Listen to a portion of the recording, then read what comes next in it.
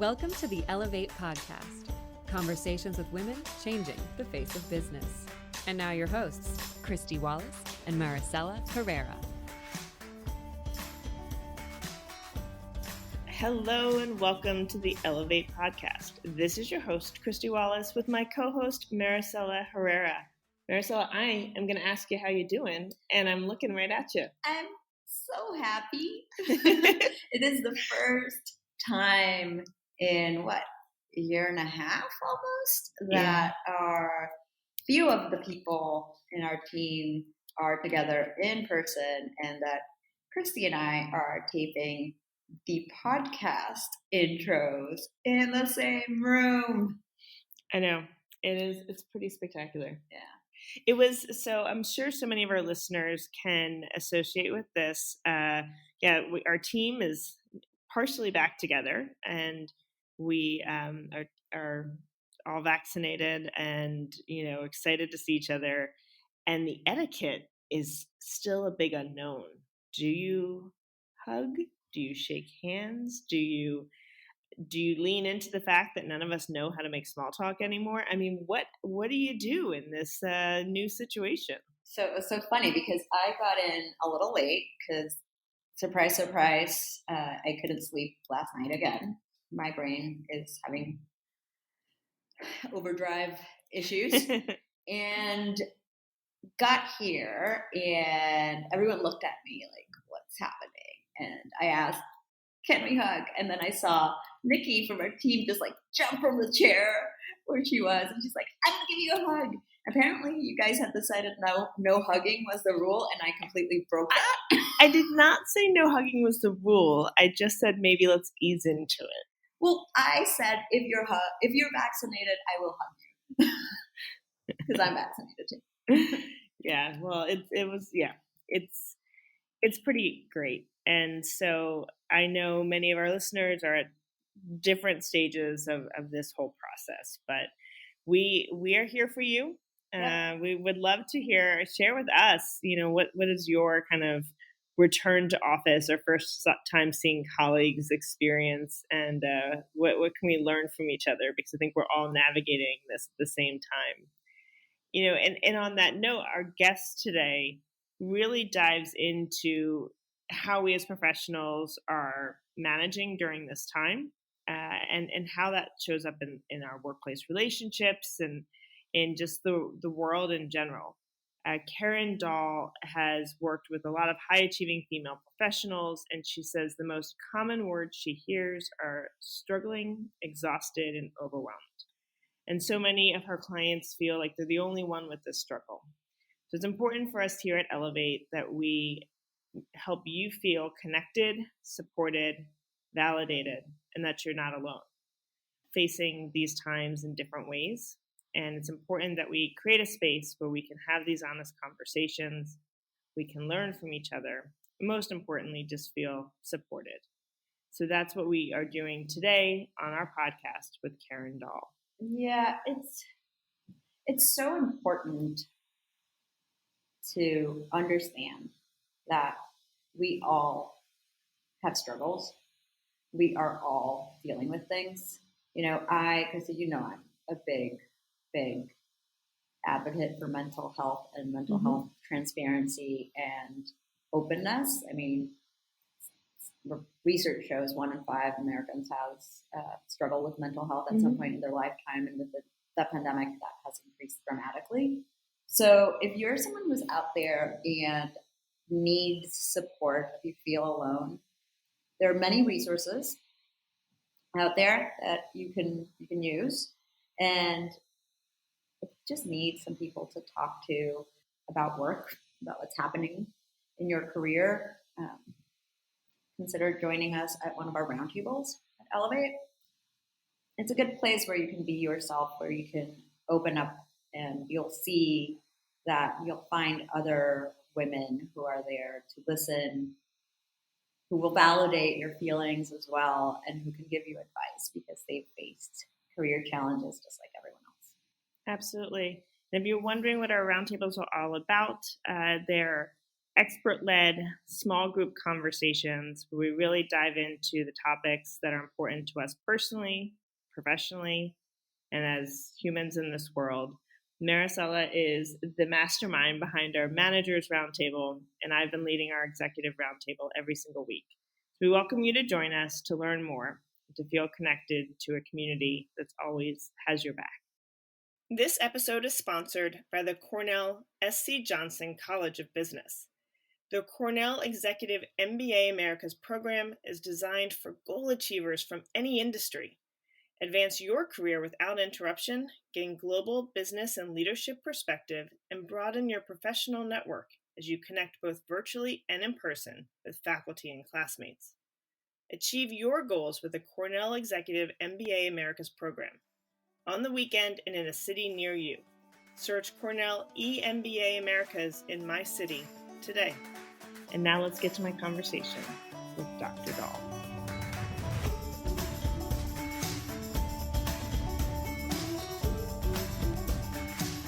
Karen, it is so lovely to have you here today on the Ellevate podcast. Thank you. I am so excited to be here. Would you mind sharing a little bit about your story and why you're here today?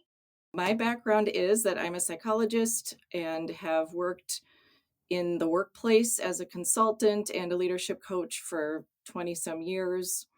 I live in Minneapolis, and we've been having a lot of conversations this week and this month about mental health awareness in the workplace, since it is Mental Health Awareness Month. How have you seen mental health awareness in the workplace evolve in the past 20 some years? Well, you know what's really interesting? Obviously, the last year, 2020, there certainly has been much more dialogue about it, and it has become a bit more mainstream to talk about mental health. So we are making progress, and organizations are willing to address it and to look at how they can help and support their employees. So that certainly has increased. We still have a long way to go. But I would say even, coaching people 3, 4, 5 years ago, individuals would come to their coaching conversations and say, okay, are we going to talk about my work self or my home self? And my response always was, well, you're the same self. You go with yourself everywhere. Even though our behaviors might be a little different in the living room than in the conference room, we're still the same self. And of course, now this year, we're not hearing that as much because there's been such the blend, and the conference room now is the living room. So people, I think, are having a little more permission to speak about their struggles and challenges that they have dealing with stress and burnout. And stress and burnout have been top of the list for coaching topics this last year, without a doubt. Yeah. Let's talk first off about companies. For our listeners who are business owners, managers, and leaders, what are some things that companies should be thinking about in terms of supporting their employees' mental health? Thank you for that question. What I would say, honestly, is giving people permission to talk about their workload and how they are managing. And really, if we look at the components of burnout, what is often not talked about is that burnout is really not about individuals being flawed, but it is generally an infrastructure problem where there's a demand capacity imbalance. And I think what has happened is, we're living in this world of like perpetual self-improvement, and how do we optimize and be more productive? And it's like we're improving ourselves to death. And at a certain point, we need to collectively acknowledge that there is human limitation. And at a certain point, we can only push ourselves so far. So organizations, I really believe, have the responsibility to be looking at the demand capacity, how they're using organizational resources in a way that is not overwhelming people. And that has to come from the top. So this last year, I think what's been powerful is when senior leaders or CEOs or CHROs speak to their own challenges and demonstrate a little bit of vulnerability and courage, and putting it out there that, okay, it's not okay to always be okay, and creating conditions where there's some psychological safety. There's so much fear for people speaking up where they're, first of all, afraid of being found out. They're afraid of potential retaliation. They're afraid of judgment. They don't want their bosses to think they can't handle it. And so I think as much recognition and awareness, permission, having those conversations, I think that helps. Yeah. I mean, it does. And I've seen at Ellevate, something that we do is try to make space for this in the conversations we have both within our community and within our workplace. We have a Slack channel around mental health where people can share kind of what's on their mind or how they're feeling, feel supported, feel like they have a space to talk about it, which I think is incredibly important, especially in this virtual world, where maybe you're not seeing someone in the office and getting, non-verbal cues or non-written cues. What are the other things that you're seeing, and how do we support our fellow colleagues? Yes, I love all those ideas. And what is challenging or compounding all of this is just what you mentioned. People are feeling isolated and they're alone and they're not having organic conversations or walking out to the parking lot with people. And I think that's really compounding the impact. Is that there's not that same level of community and support. So, in the times that we're in, even being able to connect virtually is something, or creating small groups of people or peer outreach where folks can feel validated and appreciate that they're not the only one that feels that way. And the four words that I have heard the most this year in coaching are struggling, exhausted, overwhelmed, and unmotivated. And I coach high achieving professional people, just like what your audience is. And I think the challenge is people aren't talking about it with each other, and then they end up feeling worse because they're looking on social media and looking at their boss and thinking, wow, everyone else is really killing it. So that loneliness really, it's damaging right now. So what I would suggest is we need to reach out to each other more, check in with people, even if it isn't in person. If we all did a little more of that and pay that forward, I really think it would help. Yeah, I would agree. You're throwing out some words here about what you're hearing from the people you work with. I'm curious, and I'll be frank. A lot certainly resonates with me, and I'm sure they are words that I've been using and phrases. But it's sometimes hard, I think, for individuals to grasp why they're feeling that way.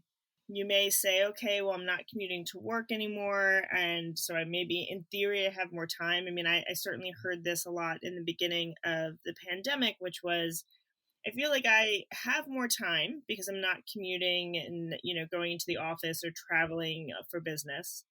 But yet I feel as if I have no time throughout the day, and I'm always overwhelmed and I don't know how to set boundaries. And it's just, not a good situation. So I would love to hear, based on your conversations, what are some of these experiences? What are some of the reasons why we might be feeling this way? Yes, I think that is so relevant, because what I often hear is this sentiment that, well, I'm not as impacted as other people, and I should be okay, and I should be grateful that I have a job. I hate to complain because I know people are worse off, yet I'm still feeling lethargic or not motivated or overwhelmed, and then it creates this almost sense of guilt.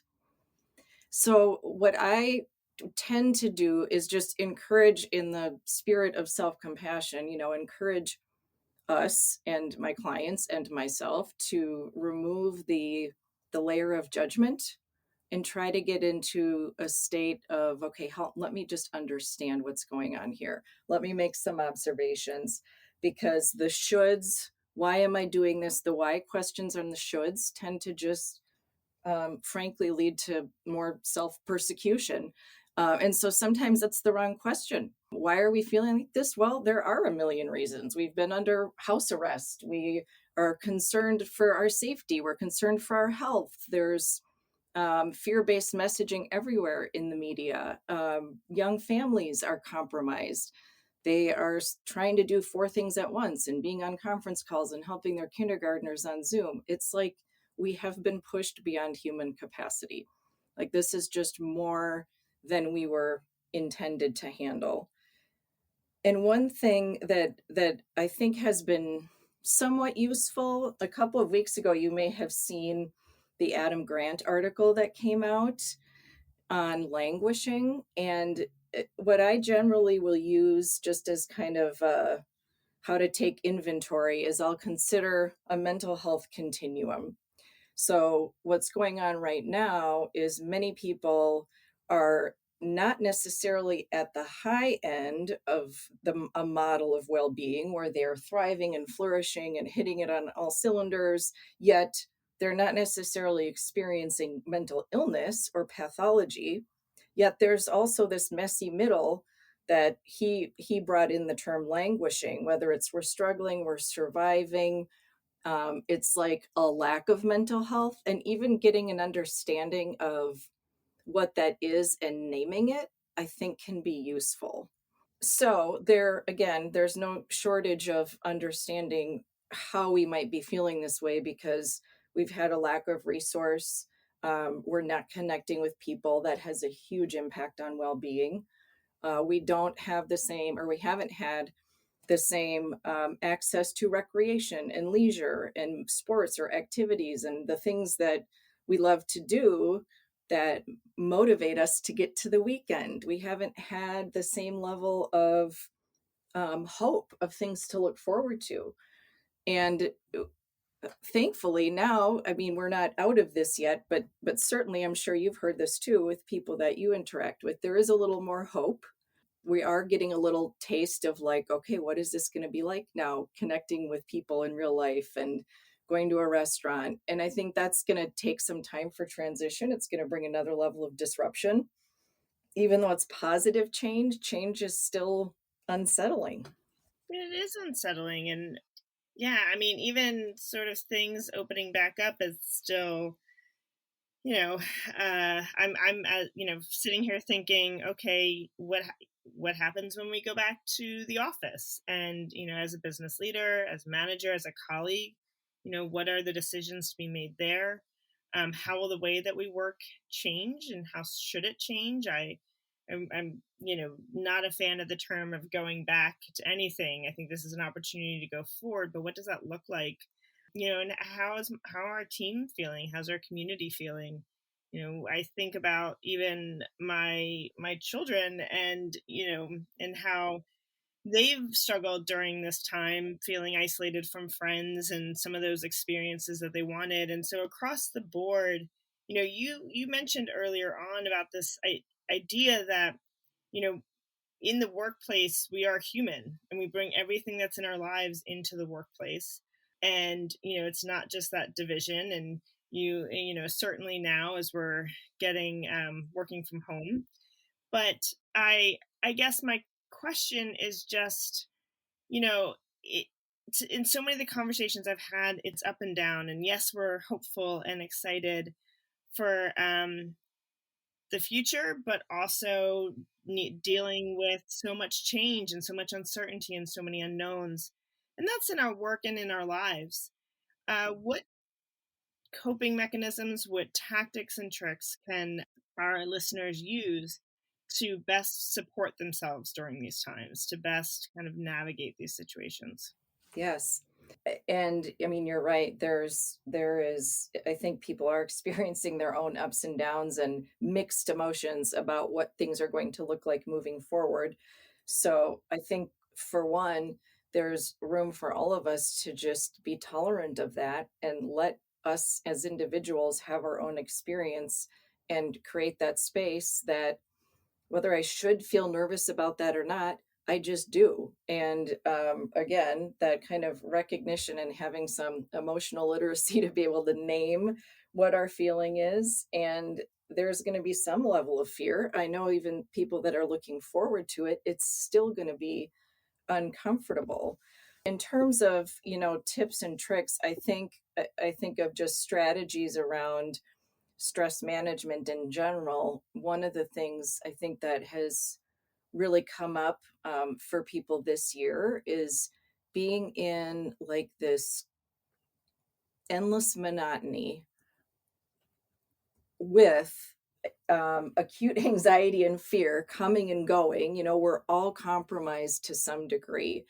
And we have had this extended period of time where there's uncertainty and so many things that we can't control. And that absolutely impacts mental health. And I think, in terms of the stress management and the nervous system response patterns, some of us have been in like sort of an elevated state of stress. And when we're in that elevated state over time of activation, that's really when we end up getting the symptoms of chronic stress and burnout, where we're not we're treating ourselves like we need to be machines almost, right? We're expecting too much of ourselves and then the tank gets empty. So I think, at a high level, really getting some deeper awareness of what are we doing to rest, recover, and replenish. And for many of us, that is, what are we doing to calm? What are we doing to do something other than work to give our brains a rest? So I think challenging what I call the phantom expectations. Sometimes we can get stuck in our heads and the inner critic can start chiming in of, well, I should be doing this. I should be working out more. I should go to all these meetings. And when I'm talking with people, I will sometimes push back on that and say, like, according to what? According to which universal scale of not enough isms? So I think just cognitive reframing, getting in touch with the activated nervous system, our stress patterns. What are we doing to calm and recover? I think, a lot of people have been sort of stuck in fourth or fifth gear, and that can be insidious. It can have kind of an insidious impact. So giving ourselves room, giving breaks, there are all kinds of interventions and from the realm of, positive psychology, and making sure we're fostering positive emotion, making sure that we're connecting with people, engaging in a gratitude journal. And, the caveat that I would really like to say there is, I think right now, some of those practices and tactics are good. They're helpful. Yet to some people, it can feel like, okay, that's great, but that really feels like putting a Band-Aid on a bullet wound.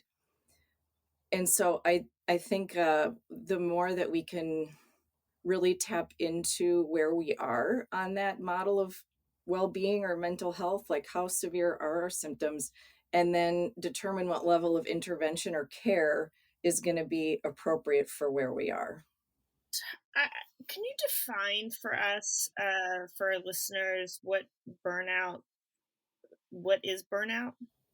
Yes. So the definition of burnout is a psychological syndrome involving emotional exhaustion, depersonalization, and a diminished sense of personal accomplishment. So, in other words, the three components of it are exhaustion, cynicism, and inefficacy. So, exhaustion, I think that's self-explanatory. The cynicism is kind of like our attitude, our state of mind, where maybe there's a little hopelessness, a little helplessness. People might think or say things like, oh, what's the point? Why should I even try? And in a way that is often a distinct difference from what their traditional relationship with work had been. And then the inefficacy is just really that sense of feeling ineffective, or that we have like a reduced ability to meet the demands that we're accustomed to meeting. So maybe we don't feel as productive, or we're not accomplishing the same level of work, or there's a lack of momentum.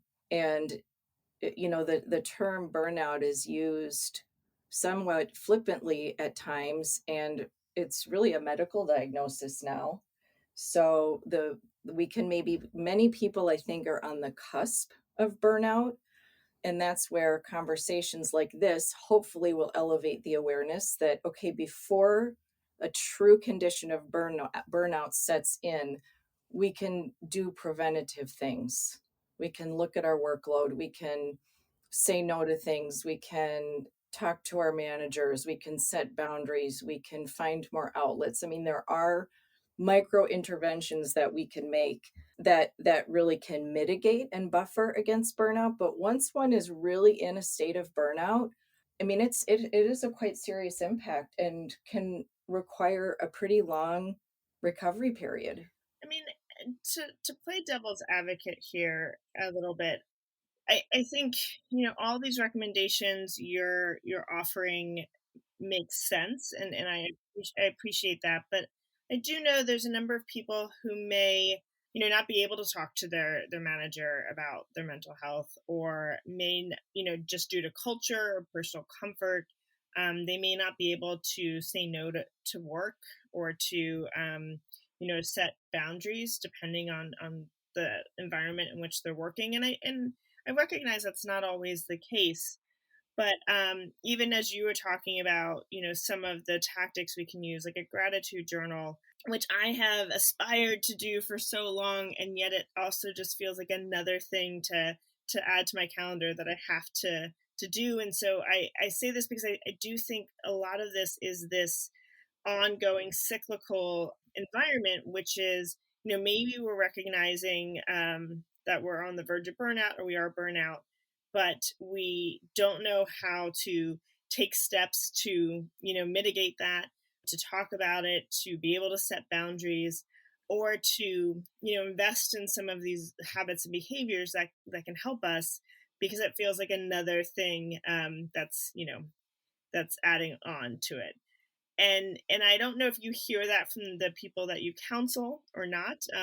Maybe this is more my own situation, but it's, breaking that cycle of the one step you can take, the one small thing that you build into the next thing, that you build into the next thing. Is that feasible? Is it okay to take these small steps one at a time? Well, so you covered a couple of things, and absolutely small steps can have compound impact, but I definitely hear you on this idea that, okay, great, now I need to like fit in these extra 32 practices and spend 10 minutes meditating, and that just feels like more things. And that's generally how people are thinking when they're at that place of overwhelm and exhaustion, because that's just like more stuff, more piling on.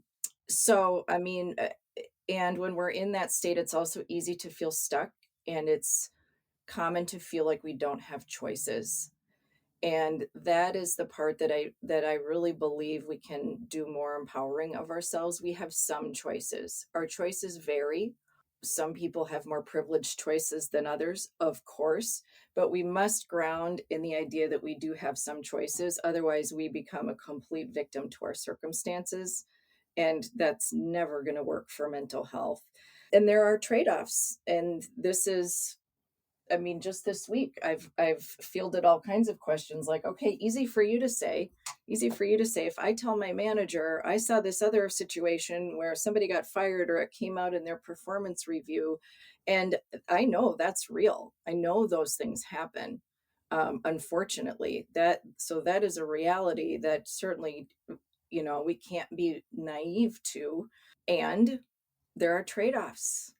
So sometimes we get to a point, if the trade-offs are our mental health, chronic disease, I'm getting migraines, or we don't have any time with my kids, there can come a point where people get to the other side and say, okay, the risk of speaking to my manager feels lower than the risk of me continuing to be on this hamster wheel. And that threshold is different for everybody. And I think it just always has to come down to this demand capacity.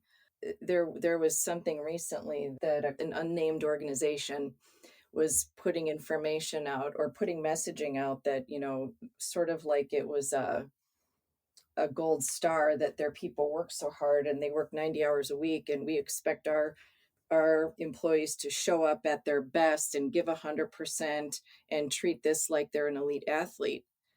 And that to me is like the greatest head scratcher, because that is such an incomplete picture, because what they are not saying is elite athletes treat their rest and recovery time just as important as their most intense workouts, because they know that it's critical to performance. I love all of this, Karen. I very much appreciate your insights and your just transparency around this, and actionable steps that we can take. And to our listeners, you may be struggling right now, or you may be doing fine. I know we're all, in our own unique spaces, but please know that we're here to support you. And, Karen is sharing some great insights for, how to best approach this, how to take some steps to support ourselves.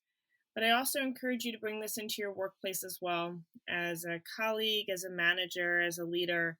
What are the ways that we can normalize this conversation, that we can support our colleagues and do more to mitigate burnout in the workplace? Karen, any final thoughts you have for our listeners today? Well, I very much appreciate that you just gave your listeners that invitation, and I would reinforce that. Ask for help, reach out, connect with each other.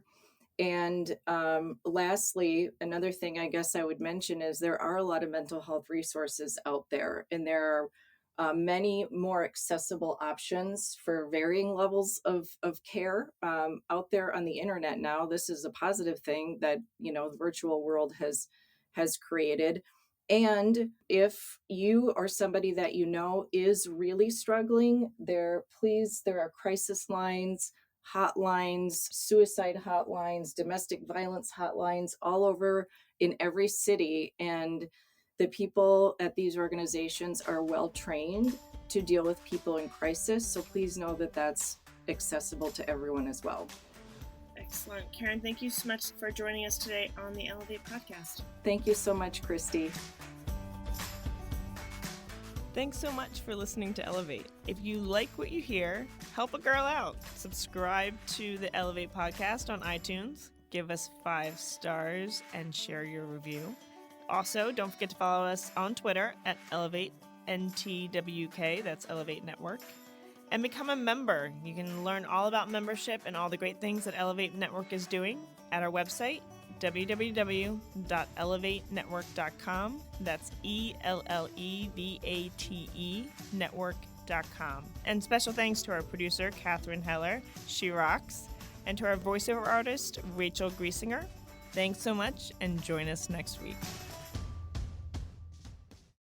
92% of households that start the year with Peloton are still active a year later. 92% because of a bike? Not just bikes. We also make treadmills and rowers. Oh, let me guess, for elite athletes only, right? Nope. It doesn't matter if you're an avid exerciser or new to working out. Peloton can help you achieve your fitness goals. 92% stick with it. So can you. Try Peloton bikes, tread or row risk-free with a 30-day home trial. New members only. Not available in remote locations. See additional terms at onepeloton.com/home-trial.